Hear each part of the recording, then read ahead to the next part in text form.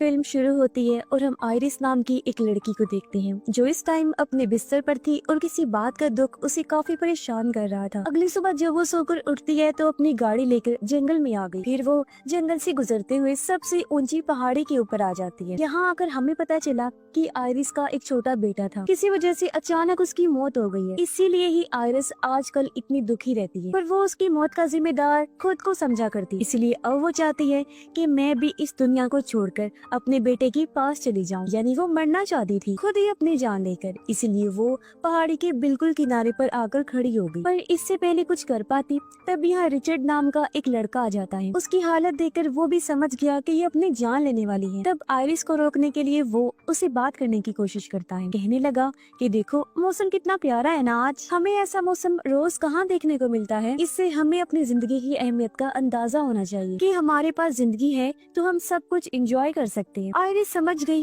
वो कहती है तो मुझे ज्यादा रोकने की कोशिश मत करो, जाने दो इस दुनिया को छोड़कर मुझे। तब रिचर्ड कहता है आखिर बात क्या है, किस चीज की वजह से तुम इतनी परेशान हो कि अपनी जान लेना चाहती हो, मुझे बता सकती हो वो बात। क्योंकि ये जिंदगी हमें एक ही बार मिलती है, हर किसी की जिंदगी में मसले मसाइल आ जाते हैं, तो इसका ये मतलब थोड़ी ना है कि हम अपनी जिंदगी को खत्म ही कर दें। हमें मुश्किल टाइम से लड़ते हुए खुलकर अपनी जिंदगी जीनी चाहिए। सुख दुख खुशी गम आने जाने वाली चीज है, तो हमें इस बारे में ज्यादा नहीं सोचना चाहिए। तब आयरिस उसे बताती है कि मेरा एक छोटा बेटा था जिसे मैं बहुत प्यार करती थी, पर मेरी ही एक लापरवाही की वजह से उसकी जान चली गई। उसकी मौत के सदमे से मैं निकल ही नहीं पा रही। शायद ये गम मुझे जिंदगी भर रहेगा, तो इससे बेहतर तो ये नहीं है कि मैं अपनी जिंदगी से छुटकारा ही हासिल कर लूं, ताकि उसका दुख मुझे बार बार ना सताए। रिचर्ड कहता है अच्छा ठीक है, मैंने तुम्हें जितना समझाना था समझा दिया, आगे मर्जी तुम्हारी है, जो दिल करता है करो। इतना बोलकर वो यहाँ से जाने लगा। पर कहीं न कहीं उसकी बातों का आयरिस पर असर हो गया था, इसलिए वो अपनी जान लेने का इरादा बदल लेती है और वहाँ से वापस आने लगती है। वो काफी देर तक रिचर्ड से बात करती रहती है और ये दोनों चलते हुए अपनी गाड़ियों के पास आ जाते हैं। रिचर्ड उसे कहता है कि आइंदा ऐसा मत करना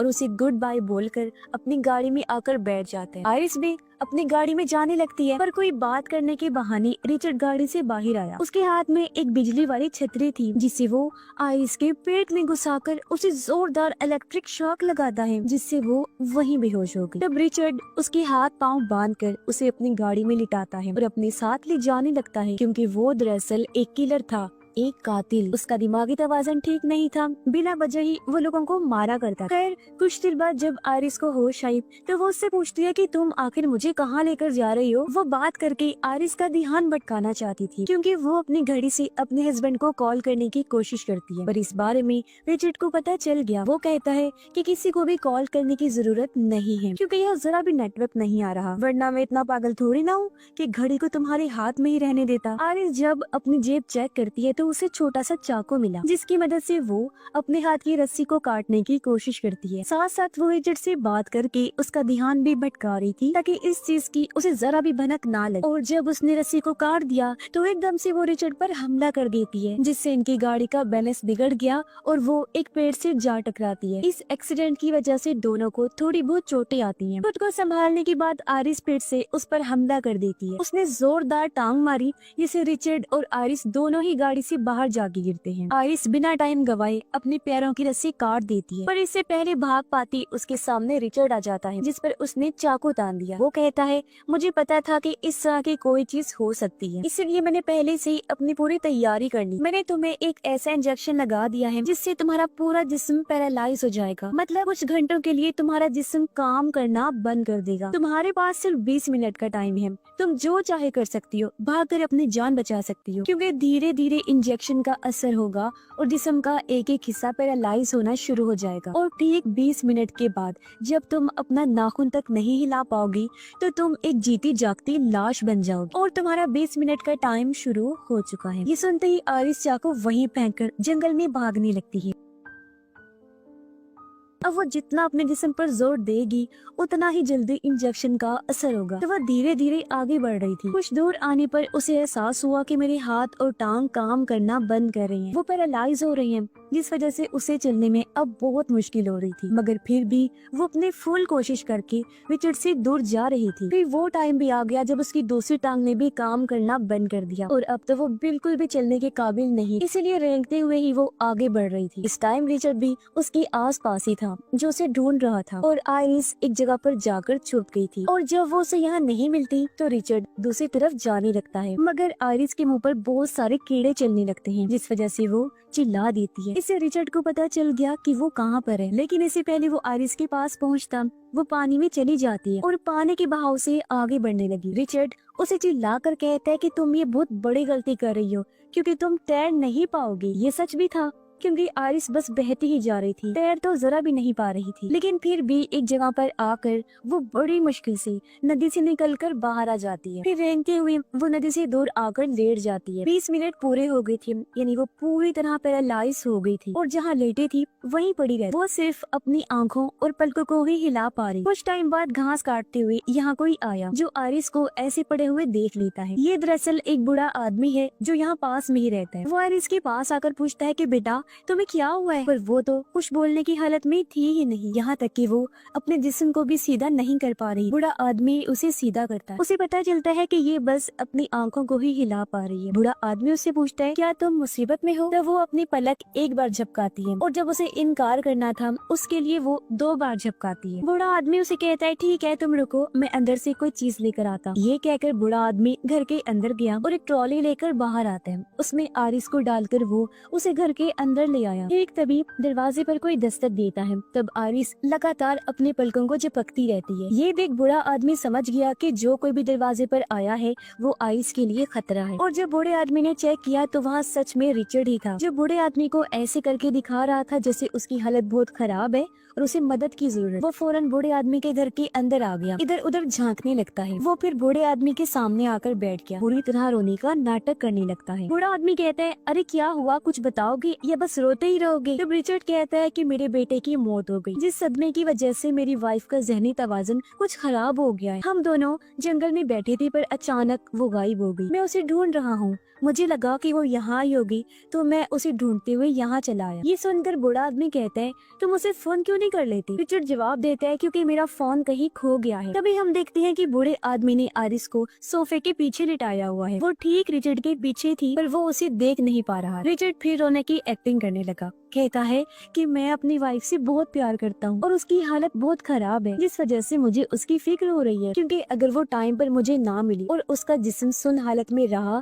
तो उसकी मौत भी हो सकती है। अब उसकी इन बातों में बूढ़ा आदमी आ जाता है। वो कहता है अच्छा मैं तुम्हें कुछ बताना चाहता हूँ, पर इससे पहले वो आगे कुछ बोलता तभी रिचर्ड का फोन बजने लगता है। ये देखकर बूढ़े आदमी को उस पर शक हो जाता है क्योंकि उसने तो कहा था कि मेरा फोन कहीं गायब हो गया है। तो अब बूढ़ा आदमी उसे ये कहता है कि मैं पुलिस के पास कॉल कर देता हूँ, वो ही तुम्हारी मदद कर सकते हैं। और जैसे बूढ़ा आदमी फोन करने लगा रिचर्ड एकदम से उस पर हमला कर देता है जिससे फोन नीचे गिर गया। अब भले ही वो बुरा इंसान था लेकिन था बहुत ताकतवर। वो बड़े ही आराम से रिचर्ड को काबू कर लेता है और फिर उसे खूब मारता है। पर इससे भी गलती से रिचर्ड के हाथ एक चाकू लग गया जिसे वो बूढ़े आदमी के पैर में घुसा देता है। दर्द से तड़पते हुए वो नीचे बैठ गया। फिर रिचर्ड उसके पेट में भी चाकू घुसा देता है और इस तरह बूढ़े आदमी की मौत हो जाती है। अब रिचर्ड घर के बाहर गया और पेट्रोल लेकर वापस घर के अंदर आता है क्योंकि वो सब कुछ जलाकर खत्म करना चाहता था। वो हर जगह पेट्रोल डालकर आग लगा देते हैं और फिर बाहर आकर अपने ट्रक में बैठकर ट्रक स्टार्ट करने लगता है। पर घर के अंदर आरिस खिड़की के पर्दे को ऊपर नीचे करने लगती है, उसका ध्यान अपनी तरफ करने के लिए। रिचर्ड ट्रक से देख लेता है कि घर के अंदर कोई है जो पर्दे को ऊपर नीचे कर रहा है। वो जल्दी से घर के अंदर आया जहाँ एक बार फिर उसे आरिस मिल जाती है, जिसे उठाकर वो ट्रक में बिठाता है और यहाँ से लेकर निकल गया। अब इस आग से आरिस को अपनी जान बचानी थी, जब भी उसने ऐसा किया, वरना वो कभी ऐसा न करती कि इस कातिल को वापस बुलाए। तभी रिचर्ड के पास किसी की कॉल आई। उसने जब कॉल उठाई तो ये उसकी बेटी थी। आरिस को उसकी कॉल से पता चलता है कि रिचर्ड की वाइफ और एक बेटी भी है। वो कहती है पापा मैं मॉम के साथ आपके पास आ रही हूँ। रिचर्ड कहता है अभी मेरा काम पूरा नहीं हुआ तो मैं कुछ टाइम और अकेले रहना चाहता हूँ। ये सुन उसकी वाइफ कहती है बहुत रह लिए तुम अकेले, अब बस और रहने नहीं दूंगी, हम लोग आ रहे हैं। यानी कि अब रिचर्ड की वाइफ और बेटी उसके पास आ गई। अब पेट्रोल डलवाने के लिए वो एक पेट्रोल पंप पर रुक जाता है। आरिस को ट्रक के अंदर ही छोड़कर वो शॉप शॉप पर गया कुछ सामान खरीदने के लिए। अब ट्रक में जब आयरिस अकेली थी तो वो अपनी सीट बेल्ट खोलने की कोशिश करती है, पर ऐसी हालत की वजह से वो ऐसा कर नहीं पाती। तभी ट्रक के पास एक छोटा लड़का आया, जिसे देखकर आयरिस को अपने बेटे की याद आने लगती है। वो उसके साथ गुजारा गया टाइम याद करने लगी, पर तभी बच्चे की मॉम आकर उसे वहाँ से ले जाती है। तभी रिचर्ड भी वापस आ गया और ट्रक को लेकर एक बार फिर आगे बढ़ जाता है। वो अपनी गाड़ी के पास आ गया क्योंकि वो अपनी गाड़ी को ठीक करना चाहता था। आयरिस को ट्रक में ही छोड़कर वो अपनी गाड़ी ठीक करने उसके पास चला जाता है। इसी बीच उसने अपनी गाड़ी से एक और इंजेक्शन लिया,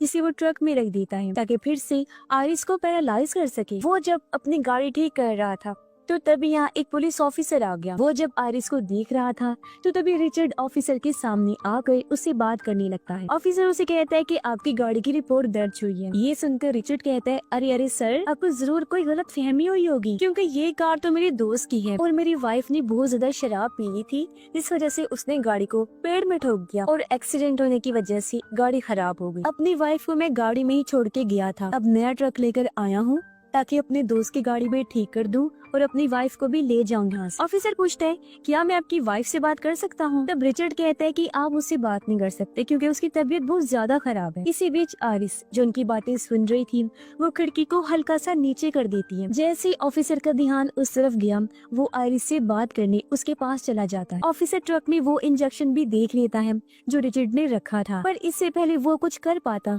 रिचर्ड उस पर हमला कर देता है। वो उसे फिर इतनी बुरी तरह मारता है कि ऑफिसर की वही मौत हो जाती है। फिर वो ऑफिसर की लाश को उसी की गाड़ी में रखकर पेट्रोल डालकर आग लगा देता है और इस तरह उसने ऑफिसर का काम तमाम कर दिया और एक बार फिर वो अपना ट्रक लेकर निकल जाता है। अब धीरे धीरे आयरिस पर से पैरालाइज का असर खत्म हो रहा था और अब वो बोलने की हालत में आ चुकी थी। वो रिचर्ड को कहती है कि मैं जानती हूँ तुम्हारी वाइफ और एक बेटी है ना, जिससे तुम बहुत प्यार करती हो। अभी भी टाइम है, मैं तुमसे वादा करती हूँ कि किसी को कुछ भी नहीं बताऊंगी तुम्हारे बारे में। तुम मुझे रोड किनारे छोड़कर जा सकते हो और जाकर अपनी वाइफ और बेटी से मिल सकते हो। वो लोग तुमसे मिलने के लिए आ रहे हैं तो जाकर तुम्हें उनके साथ टाइम गुजारना चाहिए। वो तुम्हारी फैमिली है और सबसे जरूरी चीज फैमिली ही होती है। ये सारी बातें करके वो दरअसल आयरिस को इमोशनल करना चाहती थी, पर वो जिस बात में नहीं आता और उसे एक झील किनारे ले आया। कहता है कि ये हमारा आखिरी स्टॉप है। अब उस इंजेक्शन को आयरिस ने ले लिया था जिससे वो रिचर्ड पर हमला कर देती है, पर वो इंजेक्शन को प्रेस करके लगा नहीं पाती, यानी कि रिचर्ड को कुछ नहीं हुआ, वो बच गया। तब रिचर्ड इंजेक्शन खुद में से निकाल कर फेंक देता है और कहता है कि तुम लूजर हो, कुछ नहीं कर सकती। बेचारी आयरिस तभी रोने लगी,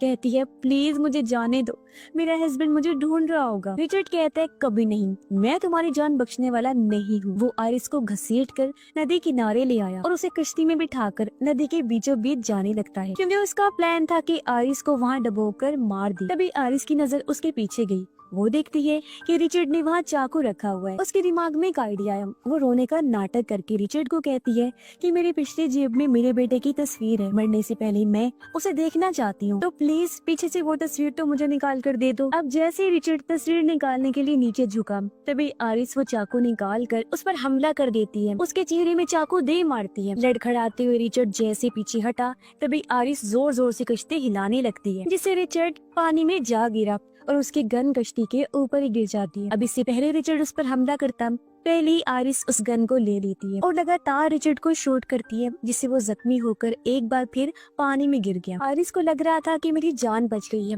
लेकिन अभी भी वो मुसीबत में थी क्योंकि गोली लगने की वजह से कश्ती में सुराख हो गई थी, जहाँ से पानी अंदर आने लगता है। देखते ही देखते पूरी कश्ती में पानी बढ़ने की वजह से वो डूबने लगी, जिसके साथ ही आयरिस भी पानी के नीचे जाने लगती है। आयरिस यहाँ जानबूझकर डूबी थी क्योंकि वो जानती थी कि कुछ टाइम बाद मेरा जिस्म ऊपर आ जाएगा, और अब जैसे तैसे वो झील से बाहर आकर बैठ जाती है। जान बचने की वजह से वो बहुत खुश थी। उसे यकीन नहीं आ रहा था कि मैंने एक कातिल से अपना पीछा छुड़ा लिया। तभी उसने देखा कि रिचर्ड भी झील से निकलकर किनारे पर आ गया है, लेकिन गोलियां लगने की वजह से उसकी हालत बहुत खराब थी। अब आयरिस चाहती तो कॉल करके एम्बुलेंस को बुला सकती थी ताकि रिचर्ड की जान बच जाए, क्योंकि वो मदद की भीख मांग रहा था, पर अब तो उसकी बारी थी बदला लेने की। वो उसकी मदद क्यों करती, क्योंकि रिचर्ड ने उसे बहुत परेशान किया, उसे तकलीफ पहुंचाई। तो रिचर्ड को ऐसे दर्द में तड़पता हुआ छोड़कर वो वहाँ से चली जाती है और इसी के साथ इस फिल्म की कहानी भी यहीं पर खत्म हो जाती है।